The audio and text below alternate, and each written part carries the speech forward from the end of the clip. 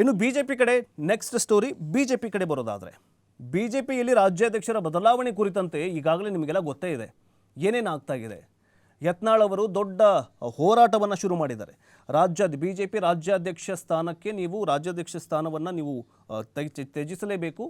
ರಾಜ್ಯಾಧ್ಯಕ್ಷ ಸ್ಥಾನಕ್ಕೆ ನೀವು ವಿಜಯೇಂದ್ರ ಅವರನ್ನು ರಾಜ್ಯಾಧ್ಯಕ್ಷ ಸ್ಥಾನದಿಂದ ಇಳಿಸಬೇಕು ಅನ್ನುವಂತಹ ಹೋರಾಟದಲ್ಲಿದ್ದಂತಹ ಯತ್ನಾಳ್ ಅವರನ್ನೇ ಬಿಜೆಪಿ ಸರ್ಕಾರ ಅಂದರೆ ಬಿಜೆಪಿ ಏನು ಮಾಡ್ತು ಅಂತಂದರೆ ಅವರನ್ನೇ ಹೊರಗೆ ಹಾಕಿದೆ.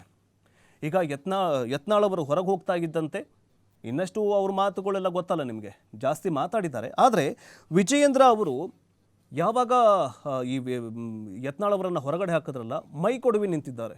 ಪ್ರತಿಭಟನೆ ಮಾಡೋದು, ಸಮಾವೇಶ ಮಾಡೋದು, ಸೊ ಇನ್ನಷ್ಟು ಹುಮ್ಮಸ್ ಬಂದಿದೆ ಅವರಿಗೆ. ಆದರೆ ಈಗ ಬಿಜೆಪಿ ರಾಜ್ಯಾಧ್ಯಕ್ಷರ ಆಯ್ಕೆ ಪ್ರಕ್ರಿಯೆ ಇನ್ನೇನು ಶೀಘ್ರದಲ್ಲೇ ಶುರುವಾಗುತ್ತೆ ಅನ್ನುವಂತಹ ಸೂಚನೆಯನ್ನು ಬಿಜೆಪಿ ಹೈಕಮಾಂಡ್ ಕೊಟ್ಟಿದೆಯಾ ಅನ್ನುವಂತಹ ಮಾತುಗಳು ಕೇಳಿ ಬರ್ತಾ ಇದೆ. ಅದು ಹೇಗಂತಂದರೆ, ಈಗಾಗಲೇ ಬಹುದಿನಗಳಿಂದ ಕೇಳಿ ಬರ್ತಾ ಇರುವಂತಹ ಬಿಜೆಪಿ ರಾಜ್ಯಾಧ್ಯಕ್ಷ ಆಯ್ಕೆ ಪ್ರಕ್ರಿಯೆ ಚಾಲನೆ ಸಿಗುವ ನಿರೀಕ್ಷೆ ಇದ್ದು, ಇನ್ನೊಂದು ವಾರದೊಳಗೆ ಚುನಾವಣೆ ಉಸ್ತುವಾರಿ ಆಗಿರುವಂತಹ ಕೇಂದ್ರ ಸಚಿವ ಶಿವರಾಜ್ ಸಿಂಗ್ ಚೌಹಾಣ್ ಅವರು ರಾಜ್ಯಕ್ಕೆ ಆಗಮಿಸುವ ಬಗ್ಗೆ ಗುಸುಗುಸು ಮಾತುಗಳು ಕೇಳಿ ಬರ್ತಾ ಇದೆ.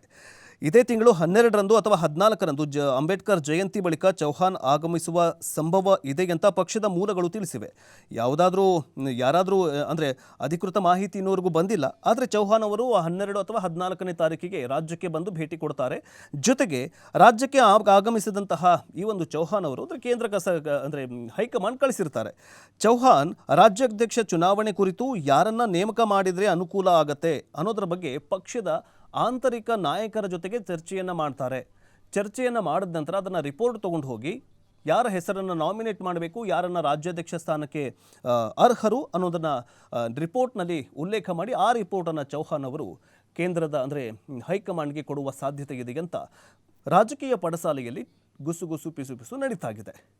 ಆದರೆ ಈಗಾಗಲೇ ಏನಂತಂದರೆ ದೆಹಲಿಗೆ ತೆರಳಿದ ಬಳಿಕ ಈಗಾಗಲೇ ಏನಾಗಿದೆ ಅಂತಂದರೆ ರಾಜ್ಯಾಧ್ಯಕ್ಷ ಚುನಾವಣೆ ಈಗಾಗಲೇ ವಿಜಯೇಂದ್ರ ಮತ್ತು ಯತ್ನಾಳ್ ಅವರ ಏನು ಹೋರಾಟ ಇತ್ತಲ್ಲ, ಆ ಹೋರಾಟದ ಫಲವಾಗಿ ಈಗ ಏನಾಗಿದೆ ಅಂತಂದರೆ ಯತ್ನಾಳ್ ಅವರಿಗೆ ಸೋಲಾಗಿದೆ.